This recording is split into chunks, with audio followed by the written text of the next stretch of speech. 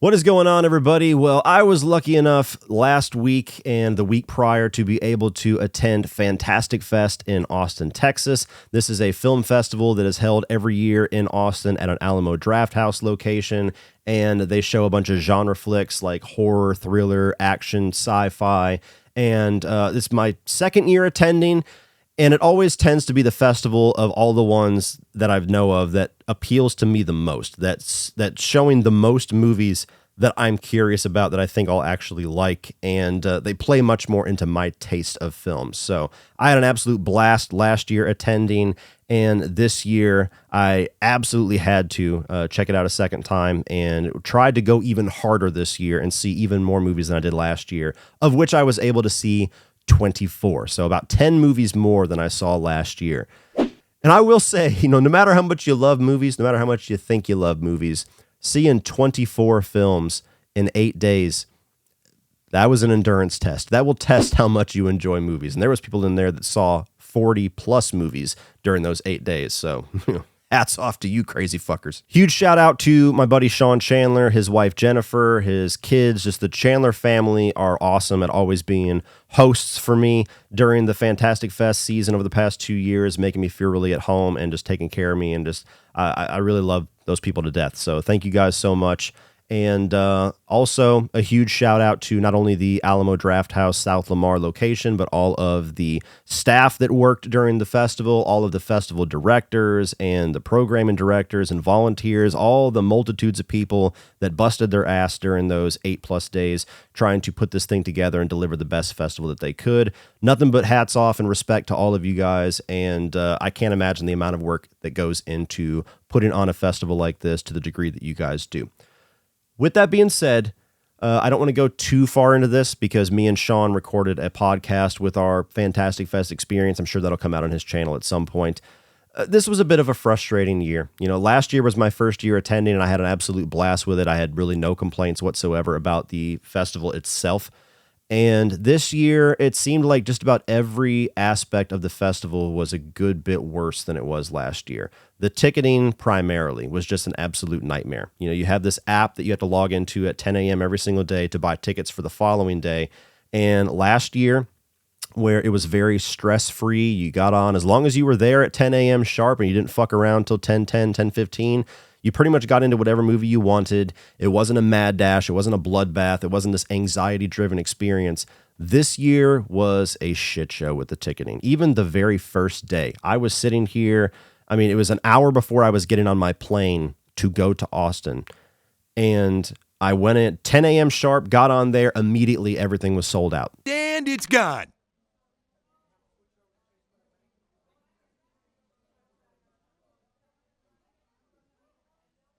What? And I was like shocked, like, what happened? What is this? This is not a good sign. And that was kind of the tone of every single day of this festival, save for maybe the last 2 days where people started to drop off and go home, to where you had to sit there at 9:55 a.m. and just refresh on your phone and on your laptop. And as soon as the ticketing became available, it would go to a black screen, it would crash for a few minutes, and then as soon as it popped up, you had to mad dash and try to get whatever tickets you could. And more times than not on the high profile stuff, I was not able to get tickets. It was like trying to pre-order a PS5 in 2020. And that just made for a very stressful experience every single day. There was a number of movies I really wanted to see. 2 of the secret screenings I got locked out of, couldn't even attend the first day of the festival because I was locked out of everything. So that was a big disappointment. Also, the slate of films this year weren't nearly as exciting for me. It wasn't nearly as much that was on my radar that my viewers, my channel, my audience would be as interested in. I still saw a lot of really good movies that I'm glad that I saw, but that amongst a few other things, it made for a very frustrating experience that I hope they fix for next year. Because if I had paid for my badge on top of the travel and the food and lodging that a lot of people tend to have to pay for, this year was frustrating enough that I might not have come back. But I'm going to give him another shot next year. Hopefully it's better. And also, guys, Uncle Sean has already dropped his ranking of the films that he saw at Fantastic Fest, so please check out his video. He got to see a number of films that I didn't, There was at least 5 or 6 movies that, just because of the ticketing issue, we were not able to be in the same theater or see the same films. So his list is a little different than mine, not only with the ranking, but just the slate of films. So go check out what he saw. There might be some movies over there that he was able to check out that I was not, that should be on your radar. With all that being said, guys, let's go ahead and run down these 24 movies. A lot of these do not have distribution in the U.S. yet. Either they're foreign films or they're independent films, so they might trickle out over the next year. So if it's something that ends up being on your radar, sounds like something you want to check out, just keep it on your radar, keep a note somewhere on Letterboxd or somewhere, and try to look out for when this finally does get either a VOD or a theatrical release. And the ones that I know of that are going to be in theaters very soon, I'll try to let you know. But starting off at 24, the movie that I definitely enjoyed the least this year, while not being able to call it a bad film. There weren't really any movies this year, aside from maybe one of them, that I could objectively say is a bad movie. They're just, the ones near the bottom are movies that didn't quite do it for me. And 24 is a movie called You'll Never Find Me. Now, it needs to be said, this was the day of the festival, day 6, that I really started to feel the exhaustion of the festival. If this was a movie that I had watched days prior, I probably would have been a little more positive on it. But this was a extremely slow burn movie, to where you have this guy in this trailer, and this it's a rainstorm outside, a really bad storm. This girl knocks on his door and comes inside for shelter. And essentially they're just talking to each other the entire movie and slowly getting more suspicious of each other. And that's an interesting enough setup for a short film, but for a full-length film, it's a bit taxing. And the constant setup that keeps going through is that you have this girl who is young and definitely is intuitive and knows better, and then you have this guy who seems friendly enough, but he also has all these like weird red flags, and the way that he says things and certain things that he brings up that anybody with a brain would just leave. You know, storm be damned, I don't care, I'm getting out of here, this dude's fucked in the head. And so all throughout the movie, when you continuously see this happen and she decides to stay, or he convinces her to stay, or he tells her to leave and she decides to come back, it just gets so redundant. And there's some twist reveals by the third act that by halfway through the film, because it goes through this cycle so many times, it starts to tip its hat and show you that there's going to be something else revealed here, because it's just so unbelievable that this girl would stay in this situation. And so even the payoff of sticking with the movie and having the patience to get through the first 2 acts wasn't really that impactful for me. So it was well done for a short budget. They pull off some really good stuff as far as the effects, the visual effects that they're able to bring into this little double wide trailer. But story-wise, character-wise, it didn't do much for me. Coming in at number 23 is a movie called Bark, and I actually watched this at home 2 days after the festival had ended on the little Alamo On Demand app. There was like 10 or 15 movies that they gave you a few more days to check out at home. And this was one I wanted to see in the festival. And after watching it, I was glad that I saw it at home, because it probably would have been, it would have dragged down my exhaustion even more with 8 days of movies. This is essentially a setup to where a guy wakes up in the woods and he is tied with his hands bound to this tree, and he has no idea why he is there. And eventually this woodsman shows up. He wakes up and this guy is basically pitching camp right next to the tree, and he asks him for help and he won't help him. And so then it becomes a situation of, who is this guy? Obviously he's involved, or he put me here, and why am I here? And so it's 90 minutes of you sticking with this guy in this situation as he's trying to figure out a way to survive and trying to figure out why he is there. So the whole movie essentially is leading up to the answer of, what did he do to make this guy want to bind him to a tree to his death? And just like with You'll Never Find Me, an interesting idea for a short, but it was very taxing for a 90-minute plus movie. And when you eventually do get to the answer, I think that they found an effective way to give you an answer that actually gets an emotional reaction out of you. But at the same time, it's not the most interesting thing as far as a reveal goes. So there's not like this big shock or surprise by the end of it that makes the journey worth it. It's just kind of like, oh, interesting. Okay, cool. And then the movie's over. So again, well done.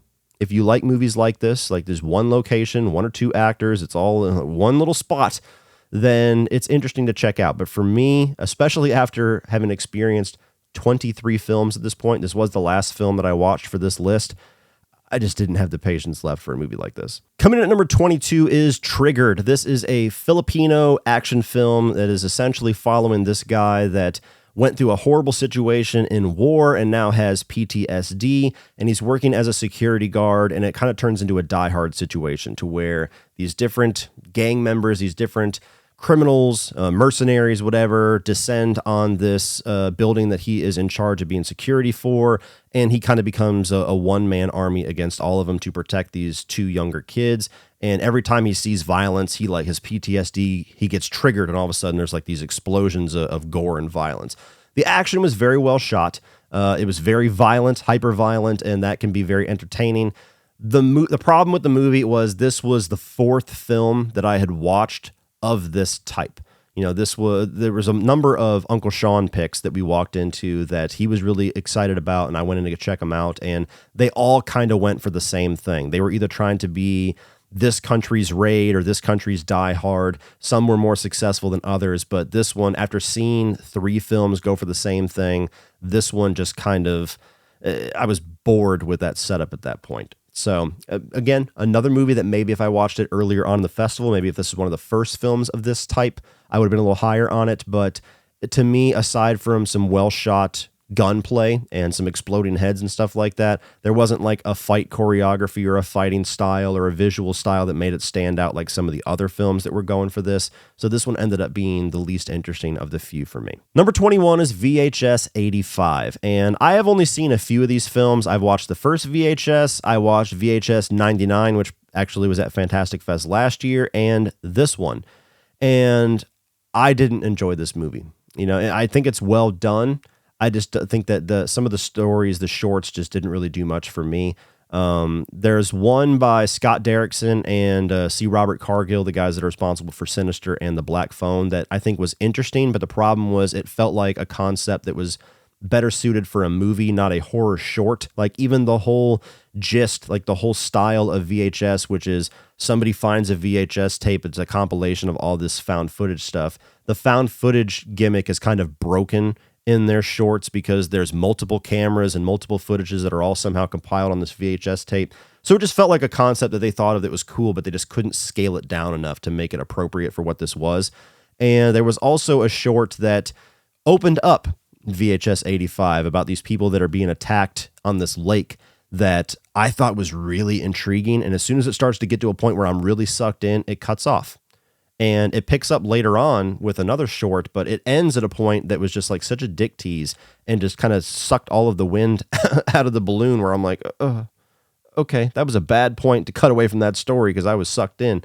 And the other shorts in the film, I didn't care for at all. There was one of them especially that grated on my nerves so bad that I almost wanted to walk out. This was a midnight movie, so after a day of movies, getting your nerves grated on is not a good experience. So I didn't like this one as much as VHS 99. I wasn't even overly positive on that one. So the VHS franchise so far for me is not really my cup of tea. Coming in at number 20 is going to be 100 Yards. This was another Uncle Sean pick, and this is a Chinese kung fu period piece type movie, I believe. I might be fucking up some of these details, guys. I'm not nearly into martial arts stuff as Sean, so go check out his video for probably more accurate descriptions of these movies. But 100 Yards was a movie where you essentially have two guys battling out for honor and battling out for respect and battling out for the right to kind of lead this martial arts academy. And so there was a lot of interesting choreography as far as like one guy taking on a group of people and different fight scenes, and there was a good pacing to it as far as the action and the fighting went, but the story just never interested me, which again, limited experience with this type of filmmaking. Sean pretty much told me that most films in Hong Kong cinema and everything are more about the fight scenes and the choreography and the stunt work than they are the story. Those tend to always be the first casualty, and it definitely felt like it was here. So there's a lot of relying on you understanding Chinese lore and Chinese history and Chinese customs, which I do not. So I was very much kind of left outside of a lot of what the movie was trying to say. So I just had to enjoy the action, which was good, but not enough to get very high on this list. Number 19 is The Origin, and this was a movie that I believe was from the UK, but essentially the way I can describe this film is it's like a significantly less action-packed version of Prey, having, they've made up a language all for this movie. It's in prehistoric times, only instead of the predator, there's just this nondescript thing that is pursuing this tribe of people that are trying to travel across land. And so you have a group of people, everything is in subtitles, they're playing a made-up language, and it's prehistoric times, so you have like these different hierarchies of power and who's in charge and who is expendable in this group. And as soon as this threat in the dark starts to show itself, the humanity of this group, which back in prehistoric times there wasn't very much anyway, gets tested, and one by one these people start to get picked off by something. And so it intrigued me enough while being pretty slow. Where the movie lost me is the eventual reveal of what has been chasing them. And I'm not going to even hint at it because I don't want to ruin anything. But for me, it was grounded, yet probably the least interesting thing that you could show me as the reveal of that. And, I understand thematically what they were going for with that reveal and what it ultimately meant by the end of the film. But for a movie that really tested my patience as far as the pacing of it, I needed something bigger by the end of it, and they went small. Number 18 is a movie called There's Something in the Barn, and this was the other film that I watched at home on the Alamo On Demand app outside of the festival. I had heard a number of people talk pretty positively about this. Actually, I think Sean's friend, Vincent, who was in attendance with us, I think he said this was his favorite of the festival. So it's essentially kind of a Norwegian elf play on Gremlins, where you have this family that is occupying this house in Norway, trying to fix it up to resell it during the Christmas season. And these Norwegian elves have a set of rules in the outskirts of this house, and they break the rules, and so they start attacking the house and attacking people and killing a few people. So it was something that sounded like it could be a lot of fun. And it was, to a degree. I watched this with my 7-year-old, and she really enjoyed it. For me, you have the comedy side of things and the horror side of things. The horror side of things was very tame, to the point where, aside from one kill with a decent amount of blood spraying, it could almost go PG-13 to a certain degree. And the comedy side of things was a bit too goofy for me. I didn't find it genuinely funny. It was just kind of goofy and slapsticky. So it was fun. I would have actually enjoyed seeing this in the festival at some point during the early part of the week to kind of break up all of the very dark and depressing and just gore-filled experiences that I had. But again, watching this after 8 days of movies, I don't think that experience was what I was in the mood for. So another movie that if I had seen earlier probably would be higher on this list. And it's fun enough that I would recommend at least keeping it on your radar for holiday season. Number 17 is going to be Pet Sematary Bloodlines. And, I didn't really enjoy this movie so much. This is the one movie that I could probably feel comfortable enough saying there was a bad movie on this list, not just a movie that was well done and didn't really appeal to me. But the reason it's a little bit higher on this list than some of the ones below it is because I could rewatch this before the other ones. This was a movie that I pretty much knew from the concept when they first announced it, what it was going to be. I am not a fan of the majority of horror prequels for these reasons.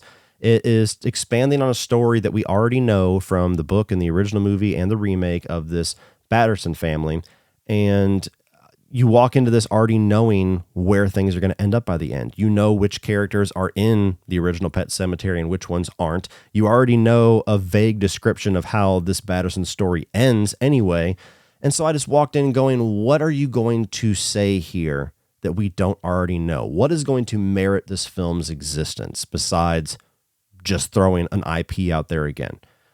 And I never really got a good answer to that question. It basically went through a very predictable version of that story that removes kind of the entire appeal of Pet Sematary, because you're not following the grieving father who decides to bury his son that was killed at war. The movie kicks off with that decision already being made, and you're just following Judd, who is just this younger guy who is just kind of ignorant to some of the things in the town and slowly discovers some of it through curiosity. And everything that's interesting about the character Judd in the best versions is missing from this portrayal. Like when you have Fred Gwynn especially, everything that's interesting about Judd are the little quirks and the eccentricities and the main accent and the weirdness of that character despite feeling like he's good-hearted. And you just don't have anything about that. He's such a vanilla 20-something-year-old that could be anybody. They could have called him fucking Bill and it wouldn't have mattered. So It was well directed. I'll give it that much. The director did a good job. There was a few creative choices that she made that I didn't necessarily like, and I don't think hardcore King fans are going to like, but I at least commend the fact that she committed to her vision.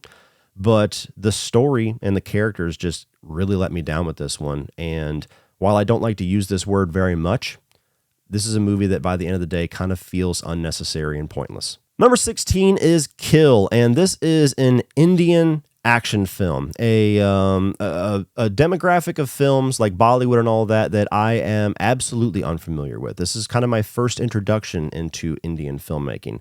And this fits into that category like Triggered, where it was one of those movies that was billed as this is India's Raid. And we had heard a lot of people buzzing about this one in the early half of the festival saying, man, it's a gore fest. It's insane. It's just blood everywhere. You got to check it out. And so it was the first film that we saw on day 7, I believe, maybe day 6. And the first 30 to 40 minutes of the film, while there's certainly some violence here and there, it just felt extremely tame. And I was already very tired at that point. I actually kind of started to doze off at one point whenever it started to get really into like the romance melodrama stuff between the main character and his woman that he's in love with. And then about 45 minutes into the movie, after something tragic happens, the title card comes up, Kill, and like there's music cues and shit. And immediately I woke up and I was like, oh, okay, now he's about to fuck people up. And so the rest of the movie is the gore-filled, hyper-violent explosion that everybody had been hyping up, to where this guy is stuck on a train. It's kind of like, Raid or Die Hard on a train. And he's just mowing through all of these bad people. And it was entertaining on that aspect. It was well done. Again, another movie that if I had seen it earlier in the festival, if this was one of the first films that I saw that were going for this, probably would have liked it more. But this was like the third or fourth film that was kind of going for this that I saw at the festival. So I ended up liking it. If I had been more awake, if it had been earlier in the festival, I think this probably could have been 2 or 3 spots higher easily. If you're into Indian filmmaking and you want to see what they can do with a hyper-violent action film, definitely keep your eyes open for it because it's bloody. Number 15 is Where the Devil Roams, and I believe this was the first film that me and Sean saw at the festival. And, the more that I learned about the actual filmmakers that made this, which is like a family from like upstate New York, the more that I got a lot of respect and enjoyment out of this.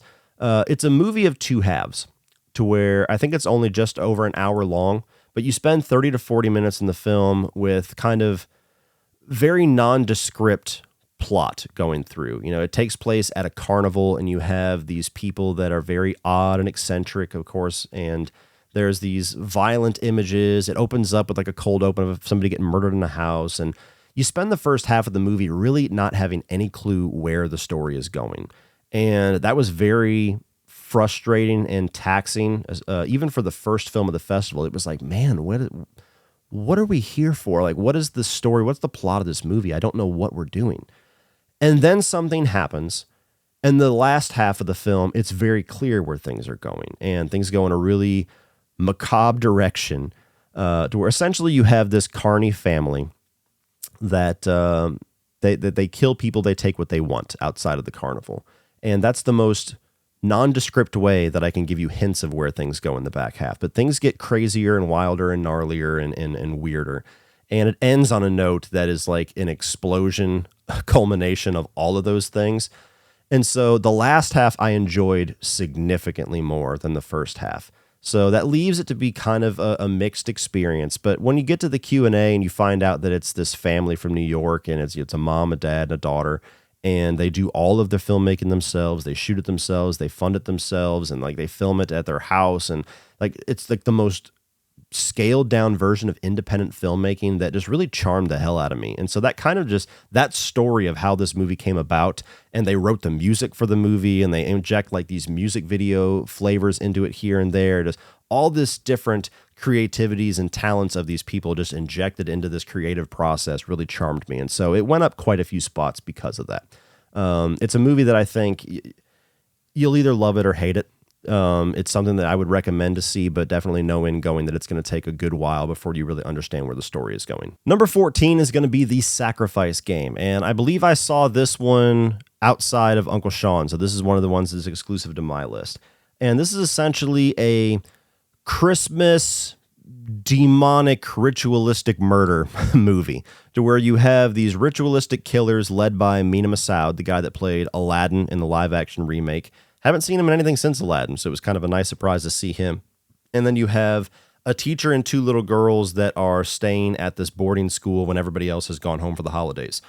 And those two worlds collide, where the killers eventually descend on this house and lock themselves inside for reasons.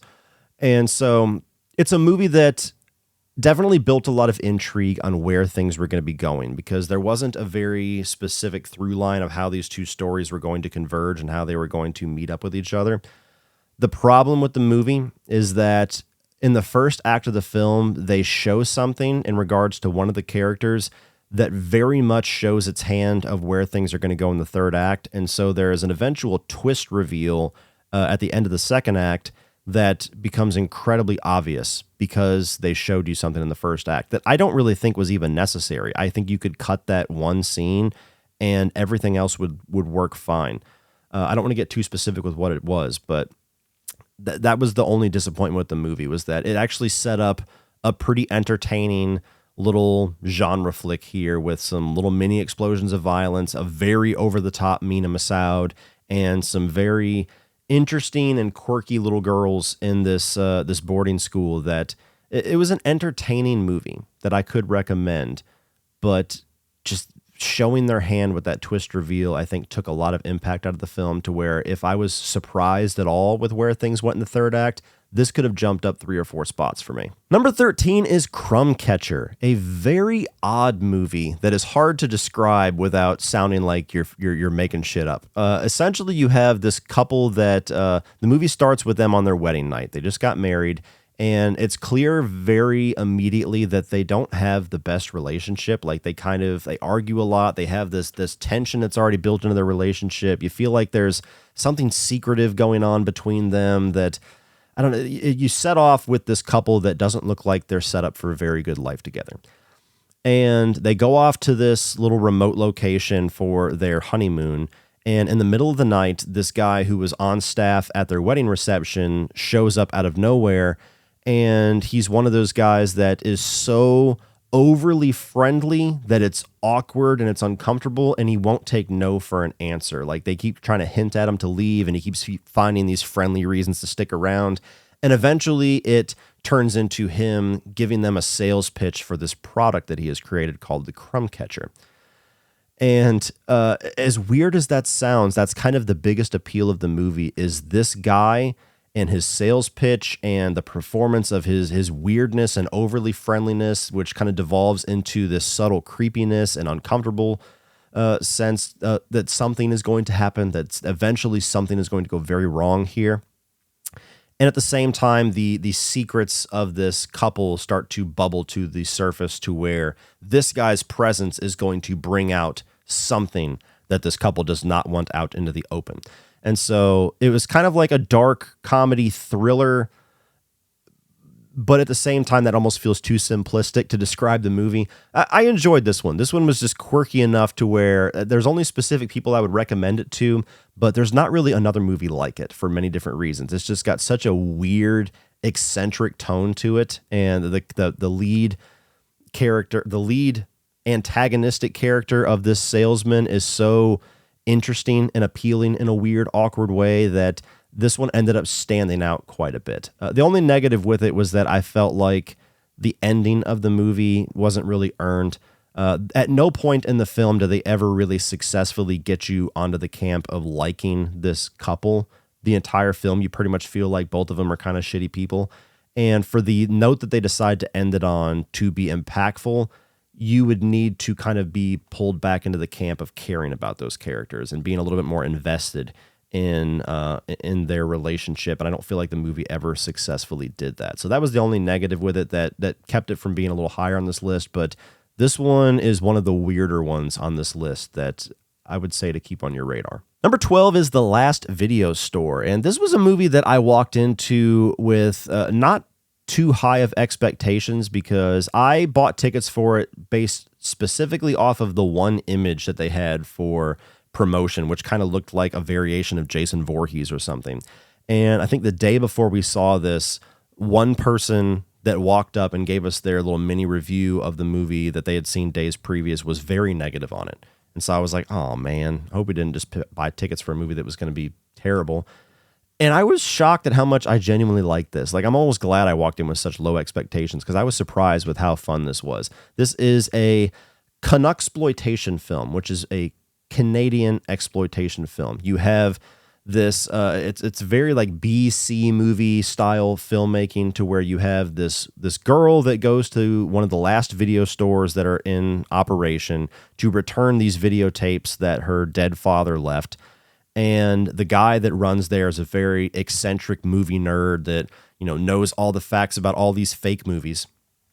And there's this Necronomicon tape that is inside of, this bag that she's returning. And when they put it into the VCR, it essentially opens up this dimension portal to where the characters of the other movies that she is returning start to bleed into their universe. So you get one that's like a C movie level version of Predator. It's like this mutant insect thing that was like one of the, I believe it's kind of a meta thing of where that was one of the early designs of the Predator before we actually got the Predator. So that starts chasing them around their little video store. Then you get one that is kind of a ripoff meta joke of Friday the 13th, where it's a guy in like a beaver mask. And there was so much meta humor in here that was like acknowledging some of the flaws and some of the ridiculousness of horror franchises that we somehow love them for, that I really appreciated, especially in that Friday the 13th segment to where he's explaining the rules and trying to tell her how they have to defeat it and what they need to avoid. And it's like all of these unwritten rules of Friday the 13th and slasher movies. And they even get into like 80s action at one point, like an 80s action hero comes in. It's a total narcissistic, like joke over the top character. I just had fun with this one. Like, this is a love or hate type of film. You're either going to get all of the humor and appreciate all of the humor, or you're just going to sit there and go, what the fuck am I watching? But luckily for me, pretty much everything that they were playing fun of and they were trying to have this meta exploration of and try to have these very effective B-movie jokes towards, I got a good laugh out of. So this one, I would say to keep on your radar if you like the types of movies that I was describing. Number 11 is Dogman. And wow. Wow, this movie. Okay, so the first 2 secret screenings. This was the first year that Fantastic Fest had 4 secret screenings. Traditionally, they only have 2. The first 2 I was completely locked out of, could not get a ticket to. Sean was lucky enough to get a ticket to the first one, which was Saltburn, so you can hear his opinions on that on his video. Secret Screening 3 was the first one that I was able to gain access to. And all of the chatter, the entire festival, was that the last 2 secret screenings were going to be 2 big horror releases. I even had a guy who was a volunteer at the festival that was kind of whispering in my ear. He's like, hey, like, I know people that are setting up for the last couple of days, and like Lionsgate's going to be here this day and Blumhouse going to be here this day. So essentially all of the rumors and information that we had been given for days was that you could pretty much put all the eggs in your basket that Secret Screening 3 was going to be Exorcist Believer and Secret Screening 4 was going to be Saw X. And so me and Sean walked into the theater and very much believing that we're about to see Exorcist Believer, a movie that I'm not really excited for, but would have been really nice to have an early review of on my channel. So selfishly, I really wanted it to be Exorcist Believer. And I also, the possibility of eating my words, just like I did with Saw X, would have been nice. So we sit down, and the lady, one of the directors, comes out who typically introduces the secret screenings, and I pull my phone up to kind of get video of the reveal of Exorcist. I didn't know if they were going to have somebody dressed like Regan come out or whatever. And she goes, yeah, I was trying to think of a way that I could introduce this, and I thought maybe it'd be funny to have like 40 dogs come out with me. Huh? And everybody's like, huh, yeah, Paw Patrol comes out this weekend. That's cute. And it turns out she wasn't talking about Paw Patrol. The truth is, I wanted to do a reveal and walk in here with like 40 dogs. Everyone's guessing. But the dogs, I couldn't get 40 dogs to walk in here. You are actually the first crowd in North America to be discovering Dogman, which is Luc Besson's new feature. And this film does not have distribution yet. She goes, yeah, so, this is going to be Luc Besson's newest film titled Dogman. And, this doesn't have U.S. distribution yet. You're the first U.S. audience to see this, and we're really excited to have this. And she even throws in the detail where she goes, I know this isn't as exciting, and you guys aren't nearly as enthused about this as some of the other possibilities that you've been talking about, but I think you're really going to like this one. And the whole time I'm sitting there holding my camera, and I'm slowly dropping it, and I'm waiting for her to tell us that she's joking. I think everybody felt that way, to where she said Dogman and nobody was like, oh yeah. Everybody was like, the fuck is that? And so until the movie actually started, I swear I thought it was a joke or a bit. And I was like, we're really seeing Exorcist, right? Or Thanksgiving or Five Nights at Freddy's or something. Like what Dogman? Luc Besson, what? And lo and behold, that's what it was. It was Dogman, a movie that I guess premiered at TIFF and doesn't have U.S. distribution yet. So this movie starts, and immediately, like, I'm kind of deflated because I'm like, well, fuck that. Then, okay, I'm not gonna get to see Exorcist. I guess that kind of sucks. Well, what is Dogman? And the movie starts, and again, like with Crumb Catcher, you're gonna think I'm joking when I tell you the plot of this film. It is about a cross-dressing man that somehow has the ability to command all dogs, that utilizes that ability to somewhat be like a mob boss. And as quirky and weird and potentially cool as that concept sounds, that's only about this much of the movie. The movie starts off, and it starts at the end of the film where this character is arrested, and he's a cross-dresser, and then this person is interviewing, and this doctor, this psychologist, trying to figure out like what the fuck is up with this dude, and he starts to tell his story. And it starts off immediately after that showing him use his ability to command these dogs to be like this enforcer for his neighborhood, to where there's this mob boss who is like putting the squeeze on local businesses, and he gets his dogs to go in and bite the dude in the dick, while the other dog brings in a cell phone and drops it on his table so that he can talk to Dogman. And he's like, okay, you're going to start leaving these people alone, or my dog is going to take whatever is in his mouth with him, right? You're good? We're having understanding, right? And that got me really intrigued. I was like, okay, this is fucking weird, but like this could be really cool. Like this could be really interesting. And that's the only segment of that we get in the movie.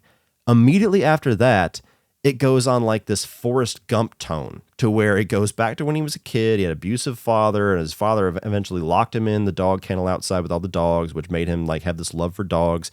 And it shows him all throughout his childhood and his teens and his 20s and his 30s going through like experiencing love for the first time, and finding the allure of being a drag queen and drag queen shows, and that's the movie. And it's so fucking peculiar and weird and off kilter that there's going to be some people that love this. And there was some people immediately after the screening that were like in the Facebook group saying that was their favorite movie of the festival, and I have no reason to doubt them, but it was such a disappointment that was the secret screening, for one, but it was such a disappointment for me that initial concept that they set up in the first 15 minutes of the movie was never really revisited again, except for one segment near the end of the film where you get some classic Luc Besson action. To me, that was the movie. Like, that's the interesting thing to do there. Like, a whole movie of the mob boss thing could have been so fucking weird that it was awesome.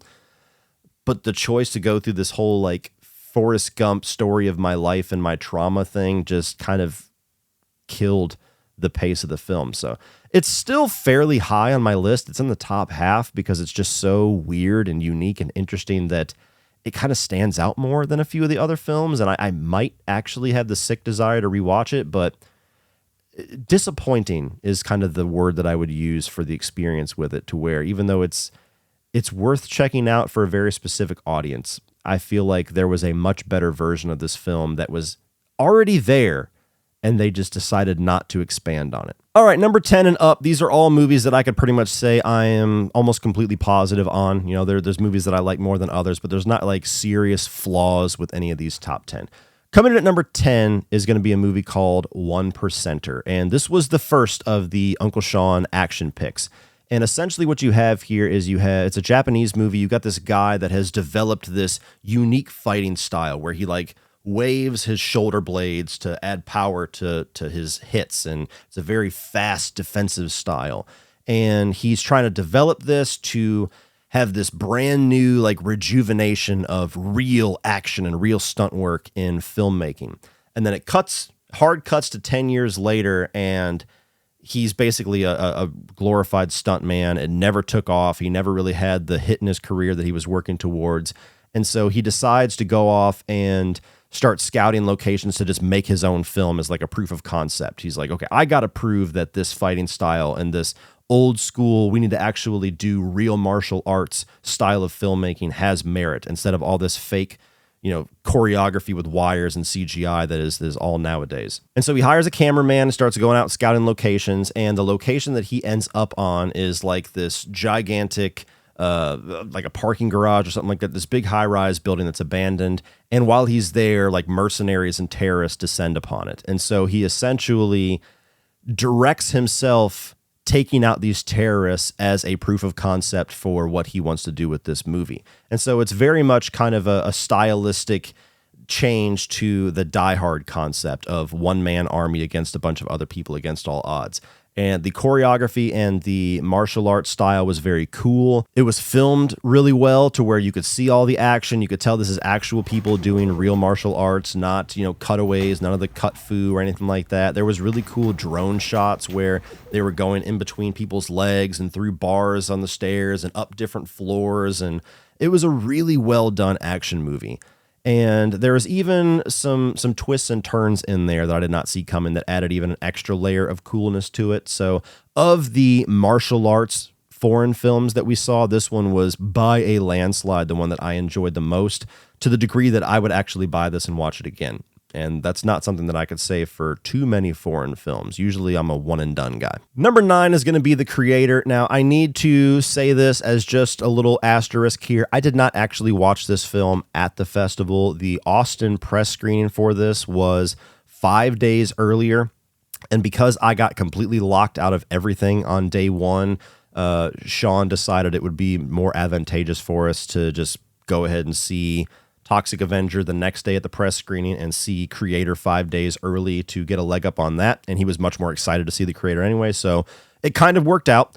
But I know somebody, if I didn't mention that, would be like, well, you didn't actually see this at the festival, so why is this in the ranking? It doesn't fucking matter. It played at the festival, but I saw it 5 days earlier. So The Creator is this sci-fi epic by Gareth Edwards, and had a lot of hype behind it, especially after the first early reactions came out. Something that's very common in 2023. Everybody sees the movie a little early, and then you just get these hyperbolic, gigantic, overly praiseworthy tweets that ruin everybody's expectations. I'm not going to go down that rant road again. Nonetheless, The Creator was a movie I walked into excited for.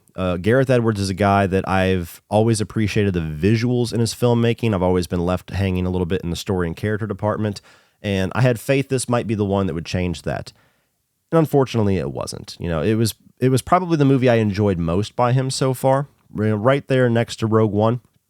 But while visually the movie is beautiful, the cinematography, the camera work, the special effects especially are all top-notch, to the point where it makes you wonder how more expensive movies look worse. And the fact that it only cost $80 million and looks this good just kind of makes you go to Hollywood and be like, how is he able to do that? Figure it out. Like, reverse engineer what he does and start doing that so you can actually make money now. But story-wise, style-wise, this is a movie that felt very derivative of a lot of other movies. A little Terminator, a little Blade Runner, a little bit, I've heard Akira is a very strong influence here, although I'm not familiar with Akira. You got iRobot, even some of like the Last of Us and Last Samurai, Fern Gully, Avatar in there. So it's a movie that is kind of a greatest hits of a lot of other movies.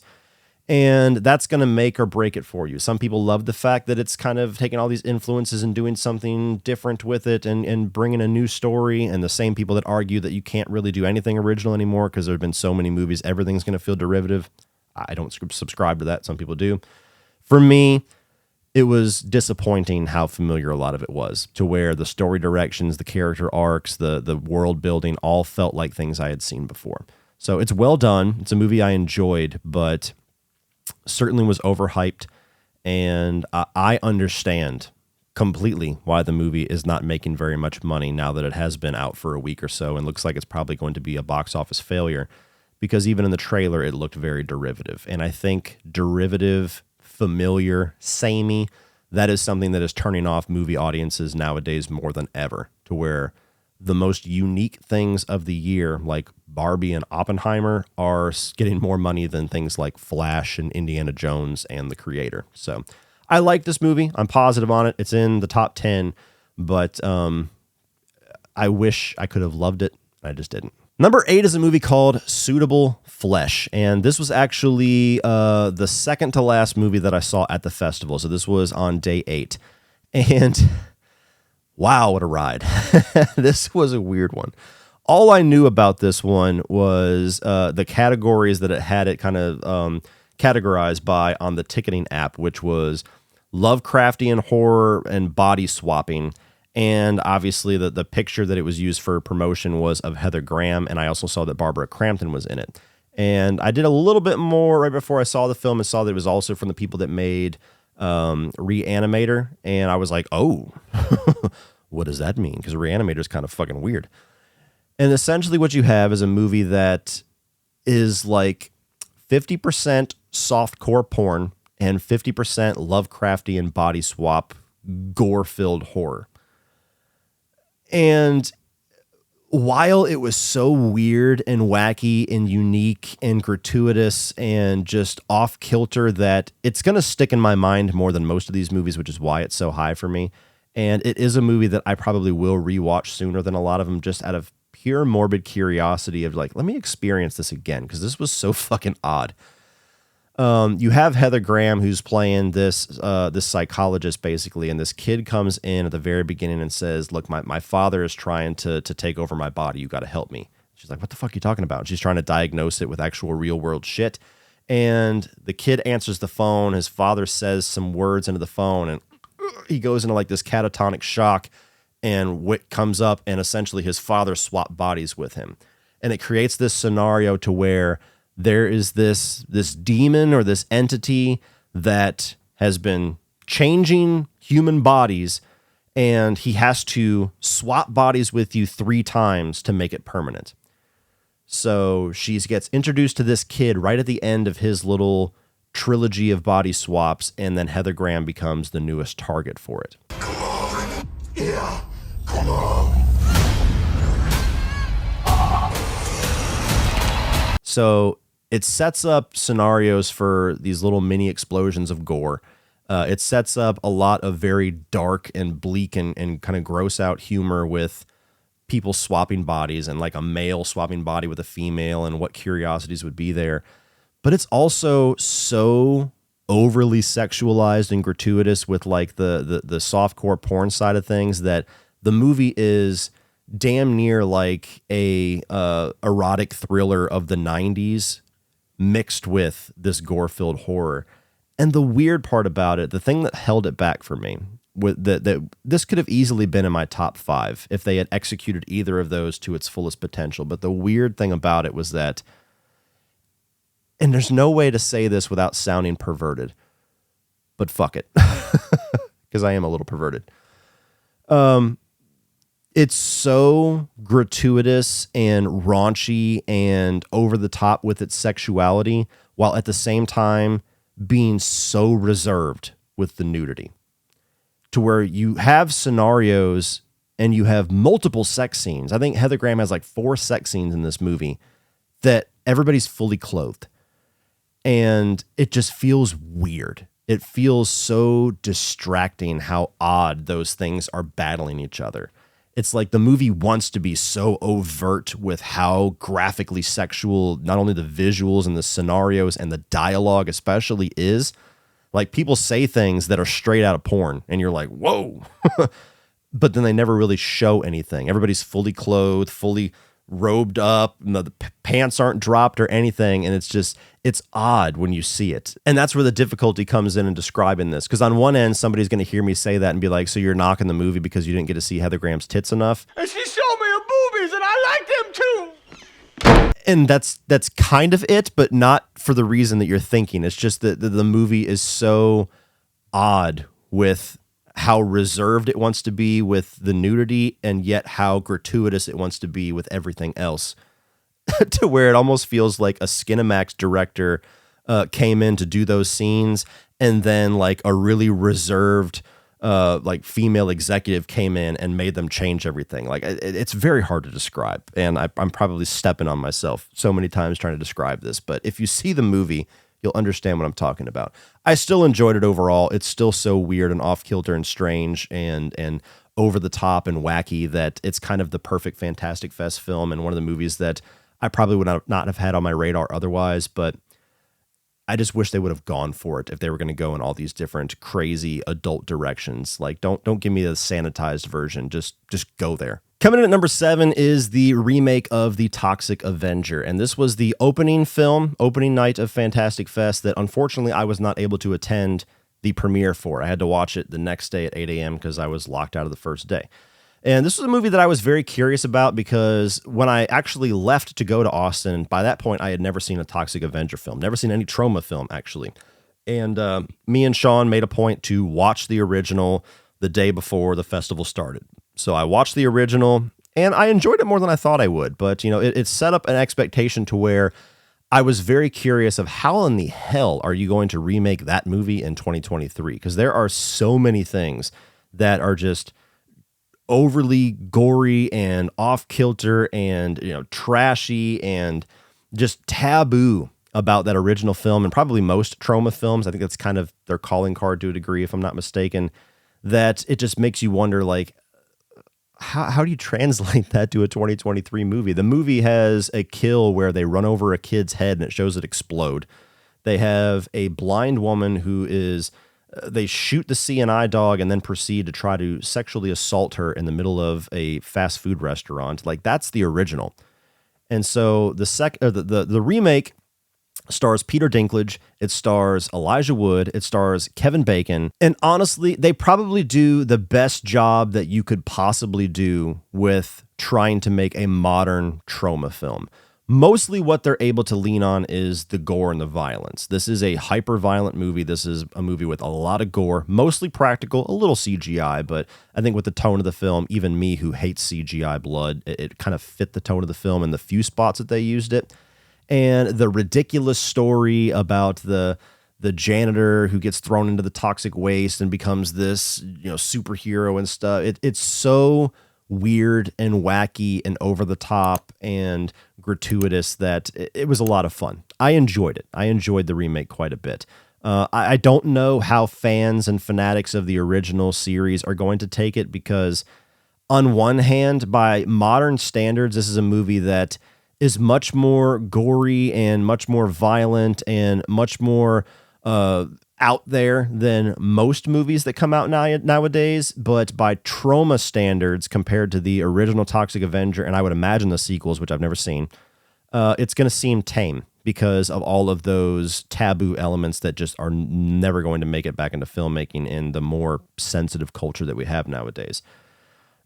So I don't know how this is going to perform with a lot of people. I enjoyed it. I could see myself rewatching this. If I was going to rank these movies by rewatch value, this would probably be in the top 3 because it's a lot of fun. I think the performances are fun. I think everybody here knows the movie that they're making and they lean into it quite a bit.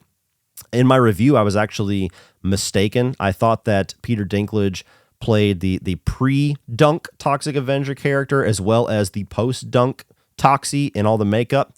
But it was actually a woman stunt actress, and they just dubbed Peter Dinklage's voice over her, and they did a phenomenal job because it was seamless, and that's what made me think there's no way that has to be Peter Dinklage. It is a smaller version of Toxie as well, so that's something that was also done extremely well, was just the practical makeup work on Toxie. And even though it's a smaller version of Toxic Avenger than the original, I still think it works in the fight scenes and the violence and everything like that. And so the movie goes for it. And that's what I appreciated. It's obviously by default going to be a bit sanitized to fans of the original, but they do as much as they possibly can and they push it as far as they possibly can. And they delivered a really entertaining movie that I think has the potential to do more. I don't know how big the audience is going to be for this. Time will tell when this actually gets released, but I dug it. I would like to see more. Number 6 is a movie called Your Lucky Day. And this is one of 2 films, one of which I haven't talked about yet, that have a very similar premise and were among the more enjoyable experiences that I had at the festival. What drew me into this, even though I was not familiar with his previous work, is that this is Angus Cloud's final performance, or one of his final performances. I think he was on the show Euphoria. He died earlier this year with a drug overdose. And this was one that had a lot of people buzzing in the festival because of that, saying like, oh, you got to see, like, he's so good. You got to see his final performance. And so I didn't know too much about the film and walked into it. And essentially what you have is that you have all these different people that are in this little In-N-Out Mart, this little convenience store at night in this inner city. And there's this rich, pompous asshole that is in there just kind of making trouble and just saying a bunch of shit that is very inappropriate. He's obviously a dick. And he's scanning these lottery tickets, and one of them goes off, and he realizes that he just won like $160 million. And everybody in this store suddenly really wants that ticket. And so a situation creates to where there's some bloodshed, and there's some hostage type things going on, to where you have a group of people in a very bad situation they don't know how they're going to explain themselves out of, but they're going to try to do a lot of things to get away with this money. And so it's one of those situations where you have a lot of different people with a lot of different moral codes, a lot of different backgrounds, a lot of different things that they would use that money for, that are probably good people, but are corrupted, and their worst pieces of themselves come out because of the motivation of money. And it was a really well done version of that. You have these different characters that are all played very well, especially with Angus Cloud. I think he's one of the better performances in the movie. And what I liked about it was you could never really tell where the movie was going. It starts and it feels like this is going to go in a very predictable direction. And then certain characters' fates are not what you would expect. And the focus of the movie shifts a couple of times to really keep you guessing about who the actual protagonist of the story is.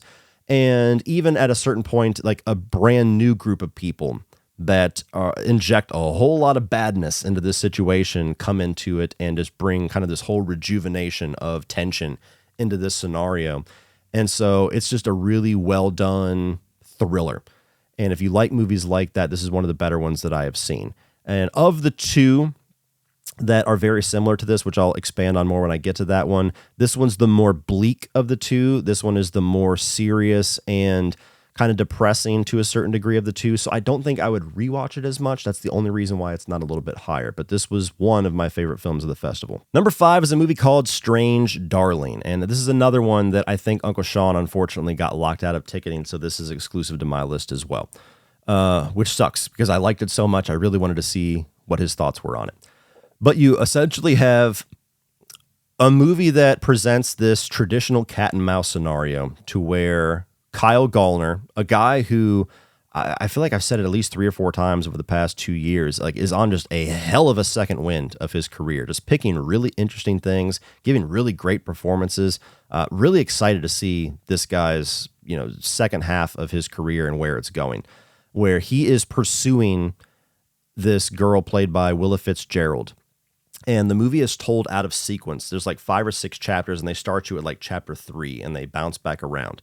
But it presents this situation where you have this cat and mouse game of a serial killer chasing the victim. And things unfold in a very different way than traditional cat and mouse games. I can't really say much else beyond that without starting to hint at spoilers, but it's another one of those movies that are in this top section of this list that feels like it's going down a familiar direction and then pulls out a lot of interesting stops along the way and sends you in very different directions. But for cat and mouse thrillers, I think it's one of the best ones that I've seen. It was one of the more interesting movies in the festival because of the way that they tell the story out of sequence, to where if you told it in sequence, it would be a completely different experience. And I don't think it would be anywhere near as valuable, kind of like a Tarantino movie in that way. And by the end of it, I just felt like it was something where you execute something that is very simple in concept, but the direction and the editing and the stylistic choices make it so much more. And so I really like this one. I wish I could talk about it more, but it's one that I want to keep my lips sealed as much as possible and just let you guys watch it. Number 4 is a movie called Totally Killer, which I believe is debuting on Prime Video this Friday. I might get a review out for it. I might not. I'm not sure. But this is essentially going along the style of Happy Death Day and Freaky, where you have 80s movie plus slasher, where Happy Death Day was like Groundhog Day plus slasher, Freaky was Freaky Friday plus slasher. This is essentially Back to the Future plus slasher, which could not be more appealing to me as a concept. And so you have this girl where in modern times, there's this legend in their town about this serial killer that killed a bunch of people back in the 80s. And it's kind of this town lore that they keep talking about. And there's tours and there's costumes every single year on Halloween. And the killer comes back. And while the killer is pursuing her in modern day, she inadvertently enters this time machine and gets sent back to the 80s when her parents were in high school, where the setting of the first set of murders. And so she uses her modern day knowledge to try to prevent or change the fates of these people who were supposed to be killed by this killer, while also trying to solve who the killer is. And I really enjoyed it. You know, it was a movie. I did not watch the trailer. All I did was hear the concept and I said, I heard enough. I'll be there. My ass is in the seat. And I had a lot of fun with this one because not only do they do pretty well with kind of the Scream setup of the whodunit, but I really enjoyed how they did like a modern riff on Back to the Future, to where you have modern day 2023, very socially conscious and, you know, you could say woke young girl gets sent back to the 80s that is anything but that, and just see how those two things clash. And I liked how they did it without going heavy-handed, because they kind of poke fun at both sides. They make her look so ridiculous and obnoxious with how socially conscious and how sensitive she is to certain things being said, to where it makes modern Generation Z woke people look very silly. And at the same time, it very much holds a mirror up to just how ridiculous things were in the 80s, where there was just no security and people just are flippantly racist and say things that are just so off kilter and unacceptable, but it's just accepted. And so I liked the balance there. Could have very easily have skewed that and been a movie where everybody's like, oh my God, another movie preaching this shit. But they do a great job of poking fun at the ridiculousness of both. And I think that, you know, there's a decent amount of gore here. It's not a movie that I would say you go to it for the gore, but at least they earn their R rating. There's cussing. There's a lot of blood.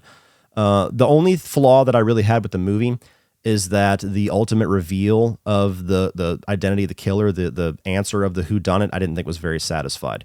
It's hard to describe, but like there's a certain aspect to the reveal that I think was predictable from 5 minutes into the movie, to where I locked in on one character and said, yeah, that's the killer. That's got to be the killer, and I'm not moving from that. And I was correct.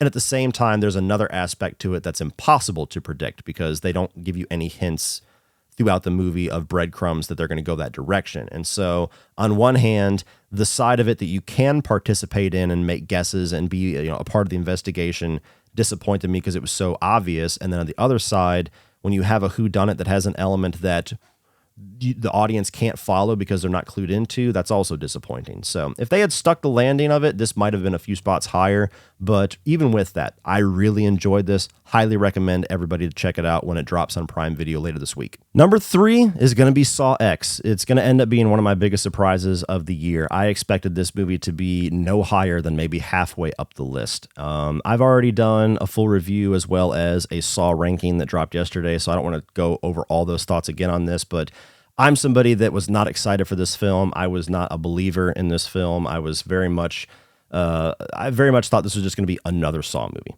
and nothing really that stand out about it. And I was surprised how much making Jigsaw the central character, the protagonist, helped the movie, focusing so much more on story and character development, which I did not expect even from the trailer, made it a much better experience.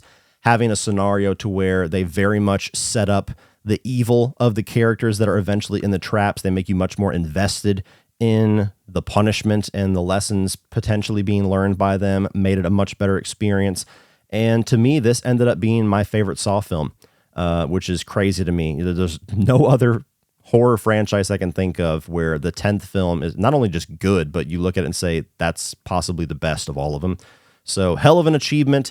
A bunch of hats off to everybody at Lionsgate and the producers for finally delivering the Saw film that we've been asking for. A lot of us have been asking for 10 films in. So yeah, I'm at a point now where I'm very excited for the future of Saw.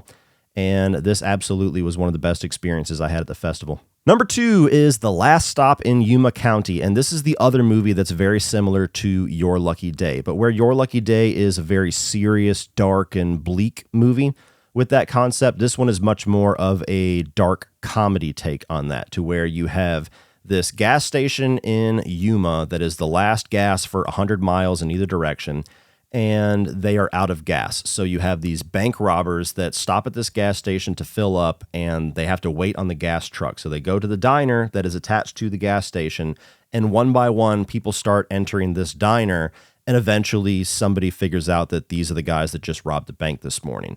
And so it's one of those bottle movies where you got different characters and different personalities in one location the whole time, and it's just slowly building tension, and you're waiting for the gun to go off. You're waiting for the explosion. And I really enjoyed this one. This was one that definitely helped to see in a theater with a bunch of people, because there was a lot of laughs. There was a lot of great crowd interaction with what was going on screen. It has its explosions of violence. It has its dark moments. It has its little twists and turns and surprises, but the sharp writing and the dialogue and the performances of the people, like you have Richard Brake here as the main bank robber, who it's great to see him be a villain outside of a Rob Zombie film, because I just don't tend to like the writing in Rob Zombie films, but that guy is just such an effortlessly creepy guy and yet very charismatic. So there's a lot of performances and the dialogue here that just makes for a very fun experience. And it's one of those movies that it never really takes its foot off the gas with how dark things go and how bleak things get, but yet it's so comedic and it's so funny as it goes down that path that it's almost enjoyable and ironically hilarious when things go bad for certain characters. So of the two, I preferred this one. I think I could rewatch this one more. And if you like these types of films, or if you're a fan of Richard Brake or anything like that, definitely keep this on your radar, because it was a blast. But my number 1 of the festival is a movie that I had no idea what it was. I walked into it blind. I walked into it in the beginning half of the festival too, so there wasn't even any buzz created for it. It was just something that seemed interesting, and it was another one of those scenarios where unfortunately I was able to get a ticket, but Sean was locked out of it. And only after I saw it and sung its praises, he made sure to get a ticket in the second half of the festival. But When Evil Lurks it's a movie from Argentina, I believe. It's a Spanish film that is doing a very unique spin on demon possession. And if you've been following me for any amount of time, you know that I am pretty critical of the demonic possession subgenre, because the vast majority of those movies just feel like they're doing The Exorcist light. They're all kind of taking the same tricks, the same visual gags, the same directions, and very few of them stand out with any kind of unique direction, unique ideas, or creativity to me. And that's where this one really succeeded. Part of it's probably because of the Spanish lore take on demonic possession. Essentially, you have these two brothers that are in this small Spanish town, and they get called to this house where this old woman's son has been sick in the back, and he is literally just this rotting, bulging, pulsating body that just looks like he's going to implode at some point. And they're like, what the fuck? That he has a demon inside of him. It's almost like a zombie film in certain styles, but they're like, he's got a demon inside of him, and if you don't have him killed properly by like somebody that knows the procedure, that curse is going to infect this entire town. So they take this guy's body and they drop him off like 3 hours outside of town, thinking that, oh, that's it, we're somebody else's problem now. But the curse sticks with this town, and slowly things start to go very wrong, and these like huge out of nowhere explosions of violence, to where multiple times throughout the movie you're just like, oh shit, like just something happens out of nowhere that just really grabs you by the throat. And so I admired how hyper-violent and how stomach-churning the gore was in those moments, but I also really admired how unique this take on demonic possession was and how it kind of turns into a curse and it kind of transfers this infection like a zombie and it just slowly starts to eat this town. And I don't really want to get too much more into it because I don't want to just start getting into specifics with the film, but I just really appreciated how different it was. And I appreciated that it gave me something so unique in a subgenre that feels so stale. And I think me walking in blind made it be one of the movies that stood out the most to me to where it ended up being my number one because I walked in not knowing what the hell I was going to watch. And holy shit that I have surprises in store for me. So I believe this is going to be released theatrically on the 6th. I don't know if that's going to be in select theaters or whatever. And then it's going to be on VOD on like the 25th or the 27th. But it's going to be available to watch this month, either in theaters or on Shudder. So please keep When Evil Lurks on your radar. Check this thing out. And be sure to come back and let me know in the comment section what you thought after you saw it. But that was easily the number one film of the festival for me this year. Well, that's it for this one, guys. If you enjoyed that, please click over here for my 2023 new releases so far. I'm also going to put my ranking of the 14 films I saw in last year's Fantastic Fest if you'd like to check that out. Please like, share, hit that subscribe button. Be sure to check out Uncle Sean's video and see the differences on his list. And as always, remember, opinions are like assholes, but that doesn't mean you have to be.